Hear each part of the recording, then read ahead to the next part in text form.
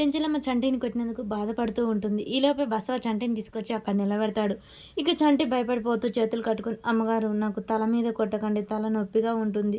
మీరు కావాలంటే ఎక్కడైనా కొట్టండి" అని చెప్పేసి చంటి చెప్పగానే చెంచలమ్మ ఒకసారిగా బాధపడిపోతుంది. "నేను కొట్టడానికి కాదురా పిలిపించింది" అని చెప్పేసి అనగానే, "అవునా అమ్మగారు, మరి ఇంకెందుకు" అని చెప్పేసి సంతోషపడుతూ ఉంటాడు చంటి. ఇక చంటి, "నేను కొట్టినందుకు బాధపడకు. నువ్వు ప్రేమించావా? ఎవరిని ప్రేమించావు?"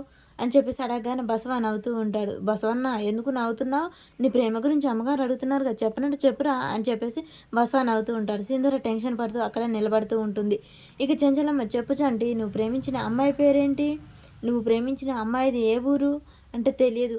"నువ్వు ప్రేమించిన అమ్మాయిది ఎక్కడా?" అని చెప్పి, "నాకు తెలియదు." "కనీసం ఏం చేస్తుందో తెలుసా?" "తెలీదమ్మగారు." "పోనీలే, వాళ్ళ అమ్మ నాన్న ఎక్కడుంటారు?" "అది కూడా తెలీదు." "అదేంటి చంటి, ఏమీ తెలియకుండా ఎలా ప్రేమించావు?" చిన్నప్పుడు ప్రేమ స్వచ్ఛమైందంటారు కదా అమ్మగారు. అందుకే చిన్నప్పుడు కలిగింది. అమ్మాయి ఊరు, పేరు, ఎక్కడుంటుంది, ఏది ఏమీ తెలీదు." "అయ్యో! ఎలాగ చంటి, ఏమీ తెలియకుండా ఎలా వెతుకుతాం అమ్మాయిని?" అని చెప్పేసి అనగానే, "కానీ నాకు నమ్మకం ఉంది అమ్మాయి గారు. మనం ప్రేమిస్తే గెలుస్తామంట కదా అమ్మాయి గారు చెప్పారు. అందుకనే నాకు నమ్మకం ఉంది. ఎప్పటికైనా నేను ప్రేమించిన అమ్మాయి నాకు దక్కుతుంది. నేను ప్రేమించిన అమ్మాయి నాకు దగ్గరవుతుంది" అని చెప్పేసి చెంచలమ్మతో చెప్తూ ఉంటాడు. చెంచలమ్మ ముచ్చట పడుతూ చూస్తూ ఉంటుంది.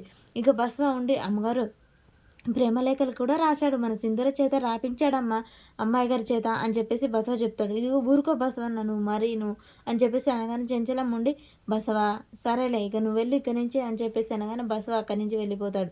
"అవునా చంటి, అమ్మాయి ఊరు, పేరు ఏది తెలీదు. మరి రాసిన ప్రేమలేఖలన్నీ ఎక్కడ పెట్టావు? ఎవరికిచ్చావు?" అని చెప్పేసి అనగానే, "లేదమ్మగారు, నా దగ్గరే ఉన్నాను. ఎప్పటికైనా అమ్మాయి నన్ను కలుస్తుంది కదా!